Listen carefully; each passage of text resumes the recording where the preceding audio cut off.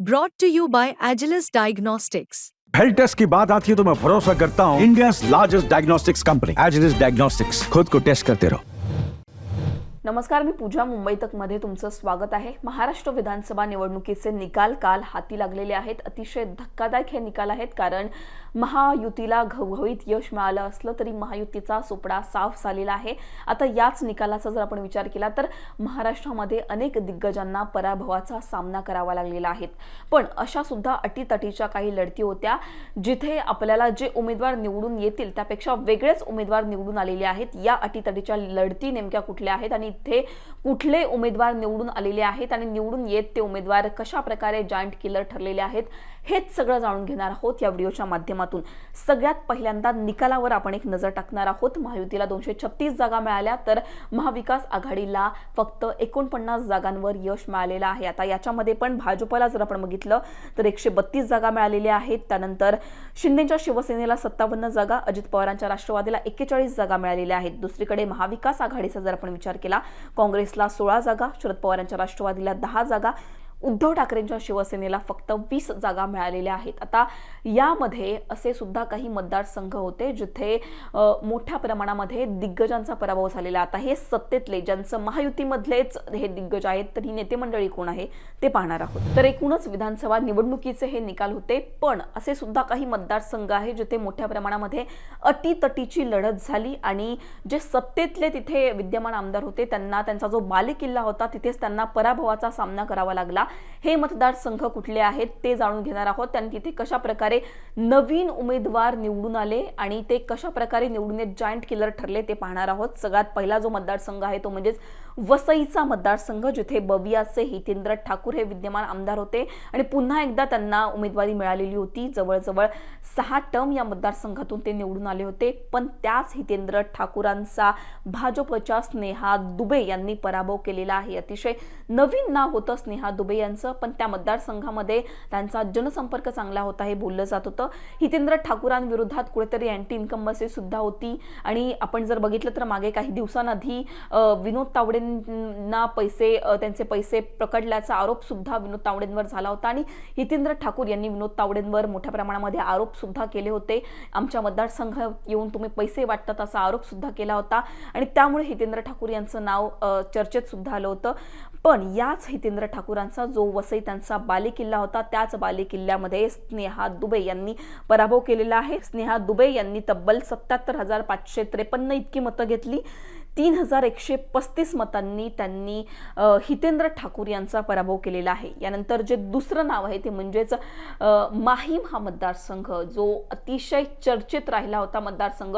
एकीकडे सदा सरवणकर निवडून येतील शिंदेच्या शिवसेनेकडून असं बोललं जात होतं, तर दुसरीकडे तिकडे अमित ठाकरे निवडून येतील असं बोललं जात होतं, पण या दोघांमध्ये महेश सावंत यांनी बाजी मारलेली आहे। आता महेश सावंत यांनी अमित ठाकरे आणि सदा सरवणकर यांचा कशा प्रकारे पराभव केलेला आहे तर एकूण 50,213 त्यांनी मतं घेतलेली आहेत आणि 1,316 मतांनी त्यांनी अमित ठाकरेंचा पराभव केलेला आहे, जे की 2 नंबरला होते आणि 3ऱ्या नंबरला सदा सरवणकर यांचं नाव होतं। पण सदा सरवणकर आणि अमित ठाकरेंच्या लढाईमध्ये महेश सावंत यांनी बाजी मारत ते जायंट किलर ठरलेले आहेत। त्यानंतर तिसरं नाव आहे ते म्हणजे चंद्रकांत पाटील यांचं मुक्ताईनगर विधानसभा मतदारसंघातून ते निवडून आलेले आहेत। अपक्ष म्हणून त्यांनी 2019 मध्ये निवडणूक लढवली होती आणि तेव्हा सुद्धा ते निवडून आलेले होते, पण ऐन निवडणुकीमध्ये शिंदेच्या शिवसेनेने त्यांना आपल्या पक्षात घेतलं, त्यांना उमेदवारी दिली आणि रोहिणी खडसेंच्या विरोधामध्ये त्यांना उभं केलं आणि चंद्रकांत पाटील यांनी रोहिणी खडसेंचा तब्बल 23,904 या मतांनी पराभव केलेला आहे। मुक्ताईनगर जो खडसेंचा बालेकिल्ला मानला जातो आणि रोहिणी खडसे यांना विश्वास होता की त्या निवडून येतील, शरद पवारांच्या राष्ट्रवादीकडून त्यांना उमेदवारी मिळालेली होती, पण याच रोहिणी खडसेंचा पराभव केलेला आहे ते म्हणजे शिंदेच्या शिवसेनेच्या चंद्रकांत पाटील यांनी 23,904 मतांनी रोहिणी खडसेंचा पराभव करत ते जायंट किलर ठरलेले आहेत।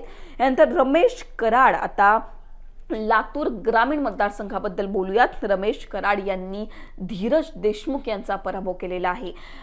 अमित देशमुख आणि धीरज देशमुख लातूरमध्ये यांचं मोठ्या प्रमाणामध्ये नाव आहे. लातूर हा काँग्रेसचा बालेकिल्ला समजला जातो, पण तिथे सुद्धा रमेश कराड यांनी धीरज देशमुखांचा पराभव केलेला आहे. भाजपच्या रमेश कराड यांनी तब्बल 6595 मतांनी धीरज देशमुखांचा पराभव केलेला आहे. लातूर ग्रामीण मतदारसंघाबद्दल बोललं तर धीरज देशमुख 2019 मध्ये इथे फक्त आमदार होते, पण हा एकूणच मतदारसंघ काँग्रेसचा बालेकिल्ला राहिलेला आहे. पण पहिल्यांदाच तिथे आता रमेश कराड यांनी आपला झेंडा फडकवलेला आहे. भाजपचा तब्बल 1,12,051 मतं त्यांना मिळालेली होती आणि धीरज देशमुख यांचा पत्ता आता लातूर ग्रामीण मधून कट करत रमेश कराड हे जायंट किलर ठरलेले आहेत. त्यानंतर पुढचं नाव आहे ते म्हणजेच अस्लम शेख यांचं. विनोद शेलार, भाजपच्या विनोद शेलार यांना या मतदारसंघातून उमेदवारी देण्यात आलेली होती. मलाड पश्चिम हा जो मतदारसंघ आहे तिथे शेवटपर्यंत अटीतटीची लढत झाली. अस्लम शेख आणि जे आशिष शेलारांचे बंधू आहेत विनोद शेलार या दोघांमध्ये ही लढत झाली होती. पण अखेरच्या फेरीमध्ये जर आपण बघितलं तर अस्लम शेख हे निवडून आलेले आहेत. तब्बल 6,227 मतांनी त्यांना विजय मिळालेला आहे. शेवटपर्यंत मालाड पश्चिमची ही लढाई अटीतटीची झाली होती. विनोद शेलार हे निवडून येतील असं बोललं जात होतं, पण अखेर काँग्रेसचा गड राखण्यामध्ये अस्लम शेख यांना यश मिळालेलं आहे. नंतर पुढचं नाव आहे ते म्हणजेच आमशा पाडवी यांचं. अक्कलकुवा मतदारसंघातून त्यांनी विजय मिळवलेला आहे. आता या मतदारसंघाबद्दल बोलायचं झालं तर हा मतदारसंघ सुद्धा काँग्रेसचा बालेकिल्ला होता, पण आता शिंदेंच्या शिवसेनेचा झेंडा तिथे फडकलेला आहे. केसी पाडवी यांचा पराभव केलेला आहे आमशा पाडवी यांनी. आता एकूणच जर आपण बघितलं तर हा पराभव किती मतांनी झालेला आहे?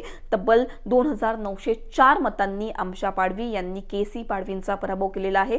72,629 मतं त्यांनी या मतदारसंघातून घेतलेली आहेत. एकूणच काँग्रेससाठी हा फार मोठा धक्का मानला जात आहे, कारण अक्कलकुवा मतदारसंघामध्ये 2009, 2014, 2019 मध्ये केसी पाडवी हे निवडून आले होते आणि आता त्यांचा पराभव झालेला आहे, तेही शिंदेंच्या शिवसेनेच्या उमेदवाराकडून. एकूणच जर आपण बघितलं तर हे काही महत्त्वाचे मतदारसंघ होते महाराष्ट्रातले, जे चर्चेतले, आणि या मतदारसंघामध्ये जो बालेकिल्ला होता तिथल्या विद्यमान आमदाराचा, त्याच बालेकिल्ल्यामध्ये त्यांना पराभवाचा सामना करावा लागलेला आहे आणि तिथून जे काही उमेदवार आहेत ते निवडून येत जायंट किलर ठरलेले आहेत. तुम्हाला या सगळ्या उमेदवारांबद्दल काय वाटतं? या लढतींबद्दल काय वाटतं? त्यांना जे कोण मतं मिळालेली आहेत त्या मतांबद्दल काय वाटतं? आणि हे निकाल जे आलेले आहेत महाराष्ट्र विधानसभा निवडणुकीचे त्याबद्दल तुमचं काय मत आहे हे आम्हाला कमेंट सेक्शनमध्ये नक्की कळवा.